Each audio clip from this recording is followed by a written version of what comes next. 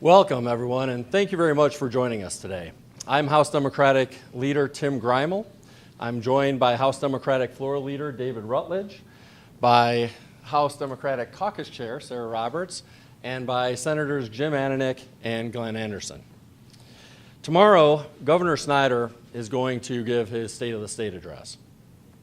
He'll try to spin his record, and he'll try to spin the record of legislative Republicans. He'll take credit for the work of others. He'll also, and above all else, he'll try to convince the people of Michigan to not pay too close of attention to what he and legislative Republicans have been doing to the middle class, to seniors, and to working families across Michigan. This week, Democratic leaders are fanning out across Michigan to tell the real story about the real Republican record. It's a record of raising taxes on seniors and middle-class families while slashing investments in education, all to pay for a massive corporate tax cut. Today, we're holding events in Flint, Lansing, and Grand Rapids. We're joined by seniors, middle-class families, and other victims of the Republican agenda, and you'll be hearing from a couple of them shortly. Lansing Republicans believe that the way to move our economy forward is to give more and more tax handouts to corporations, to the wealthy, and to the well-connected. Indeed, their first budget was a massive $1.8 billion tax giveaway to corporations and special interests. To pay for that massive tax break for corporations and the wealthy, they imposed a new retirement tax on Michigan seniors living on a fixed income. Their new retirement tax cost the average senior $3,000 a year. Seniors who worked hard, played by the rules, paid their taxes over their whole lives, and are now living on a fixed income deserve better. Many already struggle to pay for prescription drugs, to pay their heating bills, and to make their monthly mortgage payments. They should not be made to sacrifice more so that the wealthy and the well-connected corporations can have more. Republicans also raise taxes on families by eliminating the child tax deduction and by drastically cutting the homeowner tax credit.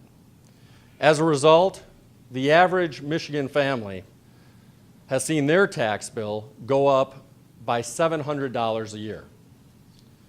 But when even that wasn't enough to pay for the Republicans' massive tax cuts for big corporations and the wealthy, they went even further and slashed funding for local schools across our state by more than $2 billion over the past 2 years.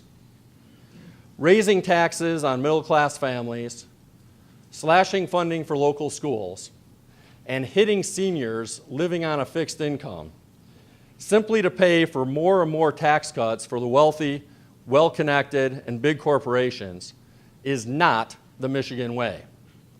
And it's simply not working.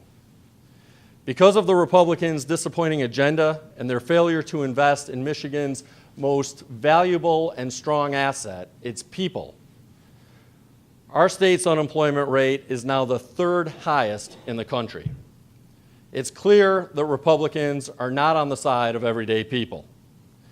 As you know, Lansing Republicans have opposed our efforts to get rid of the new retirement tax on seniors' income. But there is something else that they're opposing. They oppose Representative John Switulski's plan to give Michigan families a raise by increasing the minimum wage to $9 per hour. Snyder has said it's not a significant issue, quote unquote.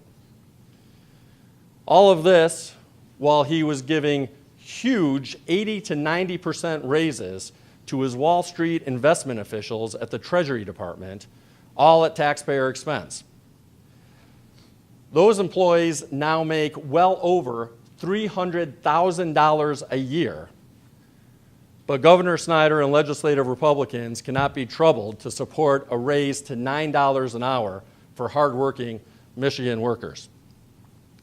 Middle-class families in Michigan work hard and play by the rules. And they need leaders in Lansing who know that the key to our state's success is shared prosperity and making sure that we have an economy that works for everyone, not just the wealthy and well-connected. To tell you more, here's Senator Ananick. Thank you very much, Leader Grimal, and thank you for everyone being here today. All of what Tim said adds up to a big problem for this governor and the Republican legislature: broken promises. Broken promises to families, seniors, and students who want us to focus on getting people back to work. Despite whatever promises we're going to hear tomorrow night, we need tough leadership to actually get results. Too often Republicans have taken their eye off the ball, doing what it takes to create jobs. We need to increase the minimum wage so people who work hard aren't living in poverty, so they can help pump money back into the local businesses. The governor and the Republicans in the state also need to push Washington to restore unemployment benefits. And we need a real commitment to education. Before coming to Lansing, I was a teacher. My wife is a teacher. We know firsthand what's going on in our schools. The Republican education experiment has left our schools underfunded, our classrooms overcrowded, and our kids are suffering. Whatever election year promises they make about education tomorrow needs to be measured against the damage they've already done and whether it really helps secure good-paying jobs for our families. The real challenge is whether the governor is willing to stand up to special interests and say no. Whether he's willing to stand up to the Republicans in the legislature and say, not on my watch. The real challenge for this governor is he tough enough to lead? And so far on so many issues, the answer has been no. What Michigan needs right now is more tough and less nerd. And the next speaker is a retired art teacher by the name of Joanne Peterson to talk about some of the issues affecting her and many other citizens across the state. Well, actually, I'm a retired Greek and Roman literature, and that's quite all right. My goodness gracious, everybody makes mistakes. It's okay. My name is Joanne Peterson, and I was a teacher for 35 years. 30 of those years, I was a coach and a teacher at Grand Rapids City High. When I embarked on my career, a promise was made to me. A good faith promise was made to me and people like me that if we persevered, if we gave our loyalty, if we kept good faith, if we worked hard in the twilight of our lives, we could retire with dignity and a little peace. We were betrayed. That promise was not kept. Our pensions are taxed. The retirement tax makes it so hard to make ends meet for many people, and I am an example. In 2011, I had several eye surgeries, and the drain plane on my house fell apart. In 2012 and 13, I had a heart attack and I had heart surgery. Medicare does not cover all of the costs of cataclysmic illnesses.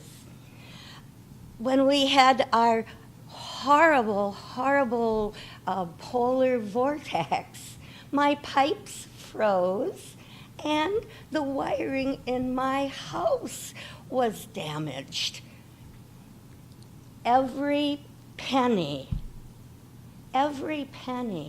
of my pension is important to me. Every penny of our pensions are important to us. Every single penny. This retirement tax takes out too much from what bit we have. And where does it go? $1.8 billion in tax cuts to corporations and the rich, the surplus of $970 million in our treasury, the cuts for the corporations and the wealthy came out of our pensions.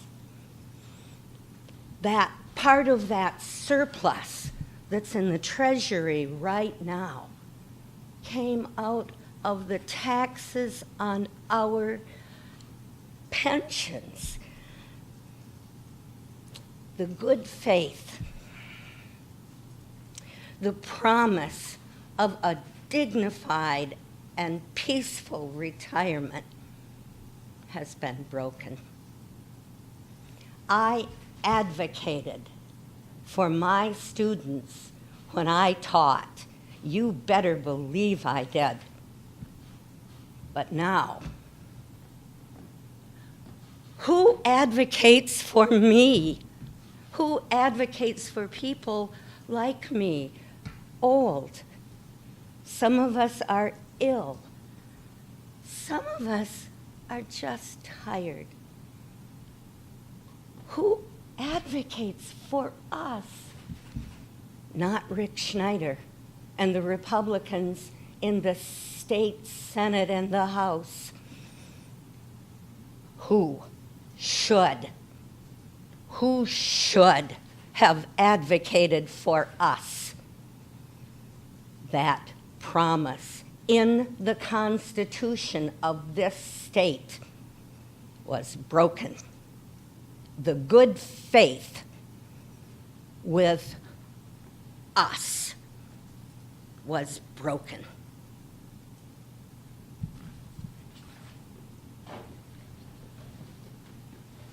Thank you for your heartfelt comments.